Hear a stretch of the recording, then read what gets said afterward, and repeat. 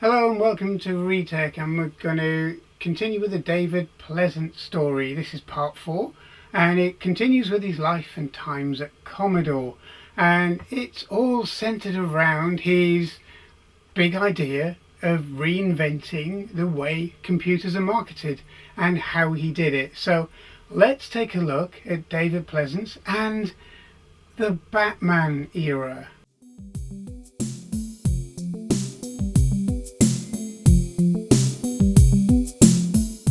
Are you saying about the Batman pack? Yeah. So I said to Steve, look, from now on, we don't sell computers, we sell dreams. And I sat down with my team, and they decided, rightly so, the result was that we all believed that Batman was going to be great. So I went up to Ocean Software, and I met up with the joint MDs, and David Ward it was, and John Wood. And I said to them, gentlemen, I said, also Colin Patterson was their sales director, and not Colin Patterson, Paul Patterson, Colin Stokes, sorry, I forgot. Colin Stokes was their sales director.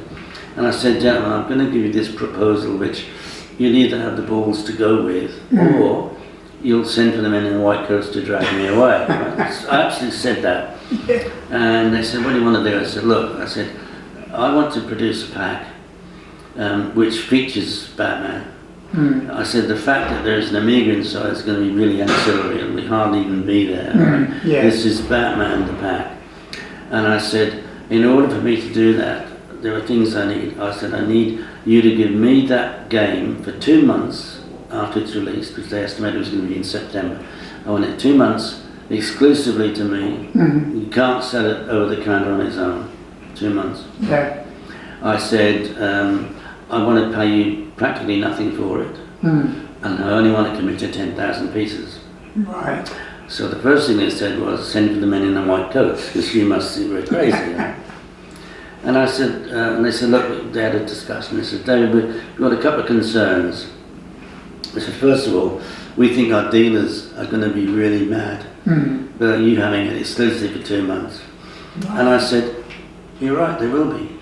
I said, but in my opinion, if this goes the way I think it's going to go, they won't be mad for very long, because they will be selling lots of £400 products vis-a-vis a £40 product. And I know what I prefer to sell. I said, okay. I said, our next concern is that we've just paid out $1 million just for the license. We've estimated it's going to cost us another $1 million to make the game. And they said, on that basis, we've done all of our numbers, and we have a certain defined target of sales that we have to make, and we're afraid this might affect those numbers. I said, fair enough. And I said, yeah, that's true. I said, but remember that I've got a marketing budget that is much, much bigger than yours. But my marketing budget is going to be working for you, because whatever your designs are for your that's what we're going to have on our packaging. It'll be us mirroring exactly what you're doing, but with much more money put involved, right? Anyway, they had the guts to go with it. Which I will always applaud them for. It's an amazing thing to do. Anyway, as I predicted, the net result was the dealers were angry for 2 days. But then everything stopped, and they were really happy. The total number of sales, we did affect it. They sold 5 times more volumes than their highest estimates. Wow. 5 times more. And I didn't take 10,000 pieces from them. I ended up taking 186,000 pieces, because that's how many 500 Batman packs we sold at Christmas. 12 weeks. 186,000 machines. No wonder they went so sore after that. I mean, there's no question about it. It made them as a company. And they've always been extremely grateful to me for that. And there was, I don't normally talk about this, there was a suggestion at one time from somebody within Commodore that I was on the take in order to have done this deal. I was somehow on the take, right? Anyway, somebody went up to them, somebody from Commodore, and mentioned And they went ballistic. They said, you must be joking. They said, this guy got the best deal you guys will ever get. He didn't get anything out of it. Well, how could he? Because, and they really, they were very angry that I was being in some way, it was insinuated that I was in some way done something wrong, Just jealousy on somebody's part. Anyway, that was like a massive success, and as is well known, it was very, very, it was one of the most successful promotions in the business ever. Anyway, in January, straight after Christmas, we used to go to the winter CES in Las Vegas. It was always January, 5, 6, 7 time at January. So we went there and we got appointments with lots of the software companies wanted. I was there with Steve Franklin, who of course by then I'm his hero. Because I made this deal. We were the biggest, most successful Commodore subsidiary in the world. So anyway, Steve and I were there, and we had a meeting with Signosis, and they sat down with us, and they said, gentlemen, they said, we want our next game in your next pack at all costs, And anyway, we were having a conversation, and Steve needed to go for a wee. He got up and went. And when he'd gone, he leaned over to me and he said, David, we are so committed to getting our product in your pack. If we have to, we'll give it to you for nothing. And I said to him, no, you won't. Absolutely no way, over my dead body. I said, we sold 186,000 Batman games. Now, let's say we do better. Let's say we sell 200,000 with your. I said, there's 200,000 by your product cost, which is going to be £3-4 times 200,000. Can you lose that? Can you afford to lose that? I said, I want you around next year and the year after. I said, we pick our products based on their suitability for the pack that we're doing. If it's not good enough, we won't put it in, even if it's free. What's the point? I said, we have a budget to pay, and that is what we will pay. And if you do your numbers and it works out and you make some profit, you make a small profit if you only sell a few, and you make a bigger profit if you sell a lot, but you get all the publicity out of it. And I said to them, if you say to me what you've just said to me, well, Steve is here, he will say yes please, and he'll sign you up for free. And I said, I won't allow. I said, if you do that, I'll never speak to you ever again, because you won't be around, you'll be history. Absolutely true that was, And everybody was trying to, but we had to stick to our guns and make sure we picked. I mean, we didn't get it always right, because you're backing a horse that hasn't even been born yet. So you don't know if it's going to deliver what it promises to deliver. So not everything we put in the pack was, hugely successful, but we mostly got it right. But one of the things that I'd always made sure of is that we must have inside the pack, not only the top games, there must be productivity software in there. There must be word processing, art packages, so the parent can justify the expenditure. They need to say, oh, I bought this because it's for my child's future and its education. We all know it's about the games, but give them the reason to justify it.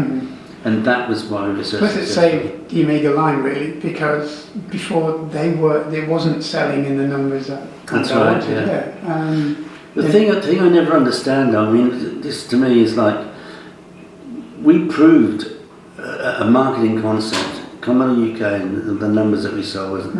And I said to Eddie, why aren't we rolling this out across all of Europe? Because our target audience, the same children, they might speak a different language, but they're the same kids, the same parents. And I said, look how it works here. I said, and imagine if I went to Ocean and I said, we're going to commit to 100,000 pieces from you from day one, because I've got it all going all over Europe, right? We would get our packaging design done, and it would be done in the different languages. Then the artwork sent to each country, they get their own packaging produced, so we've saved all the money on the artwork. We could do advertising, that's TV advertising, where at the same time we overdub it with different languages. The money we would save would be immense, plus we'd sell them, they wouldn't do it. They just point blank refuse to do it. Each country is different, they want to do their own thing. Hello?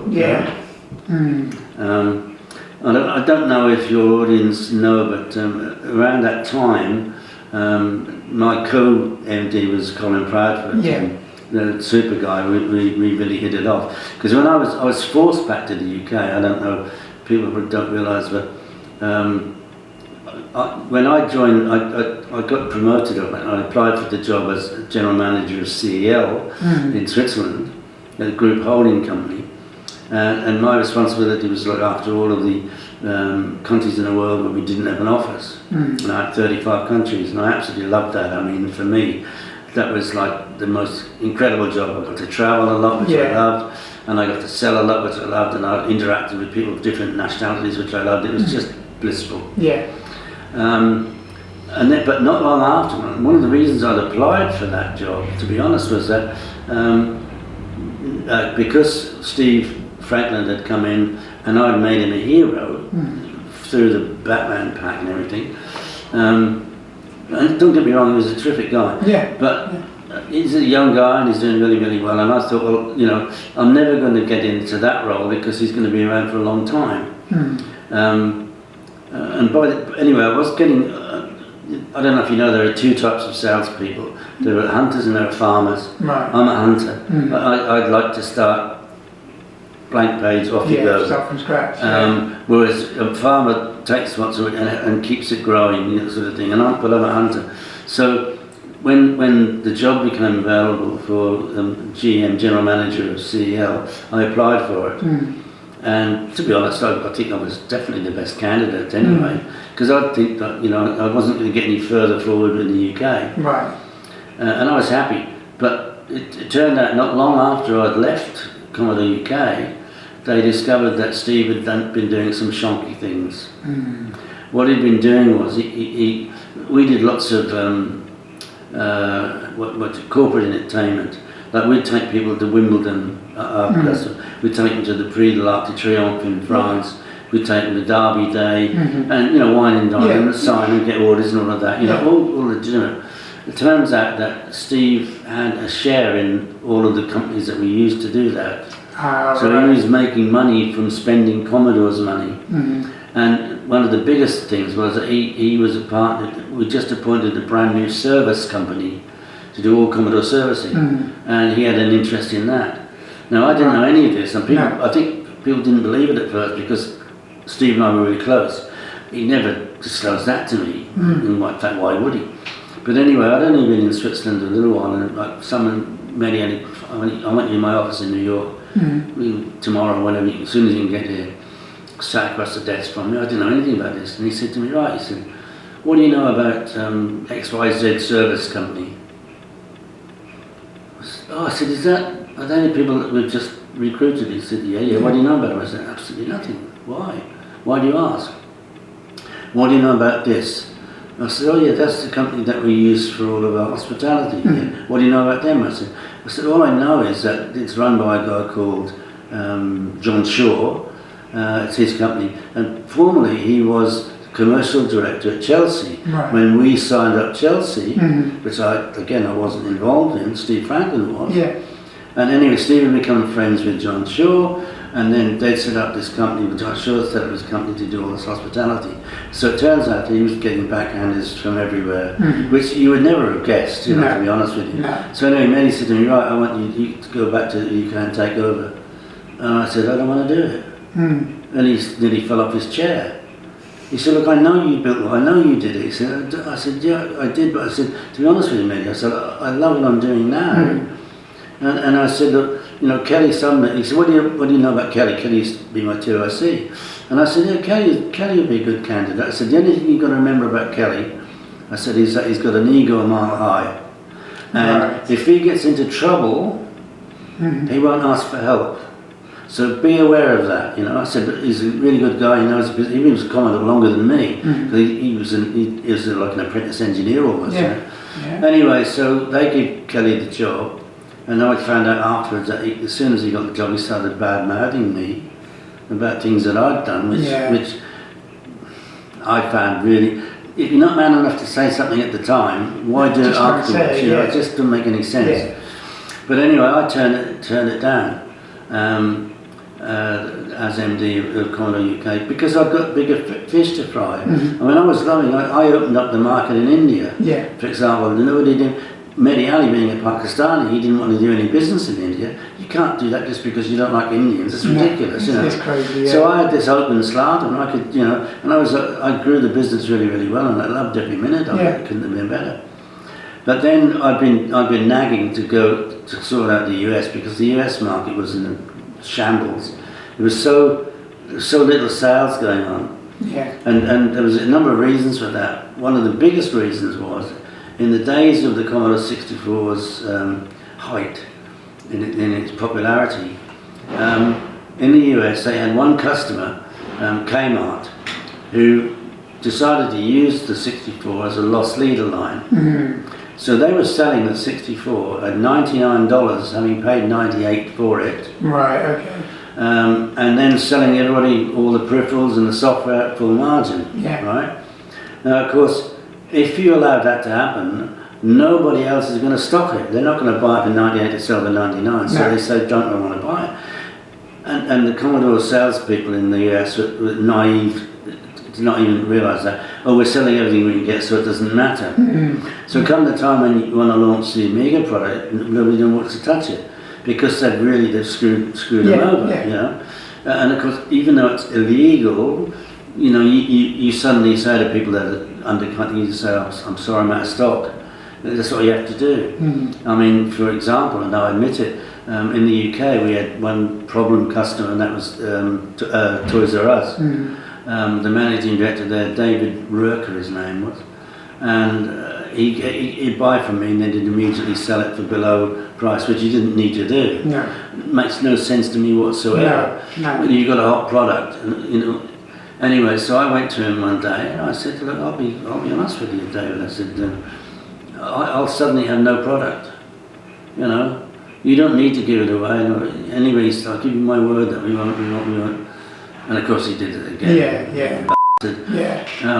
But you're not supposed to do that. You're not allowed to price control. But if you don't want to destroy your market, you don't have any choice. No. Because, you know, I wouldn't invest 120 quid to something that's going to be sold for 129. Mm. Why bother? No. With all the hassle of returns, and it doesn't make any sense whatsoever. No. So anyway, getting back to me going to America, I was very, very lucky, because I've been asking for about 2 years. Why did you let me go into America? Why did you let me go into America? And I was at CEL then, mm-hmm. And I was in the managers' meeting in Frankfurt. Many used to have his meetings either in the UK office or in mm-hmm. Frankfurt, depending what food he fancied, I think. And I was with a general managers' meeting in Frankfurt, and we'd finished the meeting. It was about midday, I think. And I got up to leave. He said, Pleasance, sit down. He said, I'm going to grant you your wish. What wish is that then? Mm-hmm. And he said, I want you to go to the US. He said, I want you to take over the consumer division. Mm-hmm. As of now, you're vice president of the consumer division, and go and kick some ass. And he said, the thing is, he said, I want you there today. Okay, so thanks for watching, and I hope you find that interesting, and I hope you found that part 4 of the David Pleasance, the Batman era, gave you an insight into how things progressed within Commodore at that time, and how basically the Amiga went from strength to strength within the UK and Europe. So thanks for watching, please subscribe, and I hope to see you again soon for part 5. If you haven't watched any of the previous parts, I suggest you go and have a look and see what David's life was like from the beginning. So thanks for watching, see you again soon.